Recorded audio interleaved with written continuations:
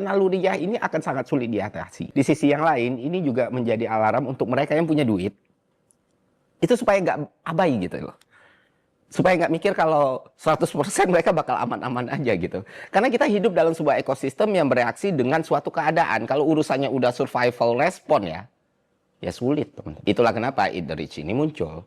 Dan kenapa dia terasa seperti proses seleksi alam sosial. Dan jawabannya bukan cuma soal moral, tapi soal ekosistem. Kalau resource terkunci di segelintir elit, sistem sosial ngejalanin versi evolusinya sendiri. Jadi mari kita jelaskan dalam 3 fondasi, teman-teman. Pertama evolusi, kedua ekonomi, ketiga game teori. Nah, sekarang kita identifikasi dulu nih sumber munculnya. Kondisi Eat the Rich itu muncul dari 3 sinyal. 1, ketimpangan ekstrim. 2, mobilitas terhenti. 3, turunnya kepercayaan sosial. Nah, ketika ketiga hal ini terjadi, maka masyarakat akan membaca ini sebagai ketidakseimbangan ekosistem dan akhirnya slogan ini muncul sebagai alat koordinasi yang menggerakkan masyarakat untuk melakukan tindakan mereka sendiri. Secara evolusioner, manusia itu punya aversion terhadap ketidakadilan. Jadi banyak sekali eksperimen klasik seperti ultimatum game ya yang nunjukin orang rela ngorbanin payoff pribadi buat menghukum pembagian terlalu tidak adil. Ini disebut sebagai altruistic punishment. Intinya manusia itu punya insting keadilannya masing-masing nih.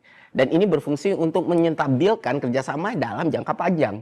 Dan dari situ yang namanya koalisi akan terbentuk terhadap aktor yang dianggap terlalu memiliki banyak resource tanpa kontribusi yang proporsional. Nah, kalau norma keadilan gagal ditegakkan institusi, maka masyarakat balik ke mekanisme informal. Shaming publik, boykot, protes, sampai revolusi. Jadi kalau kita lihat di level biologi sosial ya, namanya Eat the Rich itu adalah reaksi homeostatik ya kalau nggak salah namanya. Jadi cara organisme sosial ngembaliin keseimbangannya. Nah, sekarang kita lihat dalam sudut pandang ekonomi. Ada beberapa mesin struktural yang bisa bikin kekayaan itu nempel di elit-elit tertentu, teman-teman. Pertama, R lebih besar dari G. Jadi artinya, kalau return on capital konsisten lebih tinggi daripada pertumbuhan ekonomi, pemilik modal itu makin ngebut mengakumulasikan pendapatan dan kekayaan mereka dibanding kelas pekerja.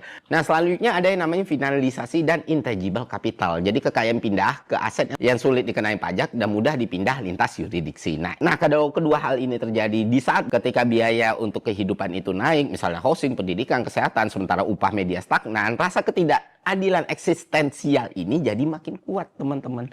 Orang-orang makin merasa dunia ini semakin timpang. Nah, jika kita menggunakan game teori dalam aspek ini, kita bisa melihat kalau elit memberi sinyal fairness yang kredibel, misalnya mereka ngasih upah yang layak, pajak yang dibayar, investasi di publik didukung, maka masyarakat merespon dengan kerjasama. Tapi kalau elit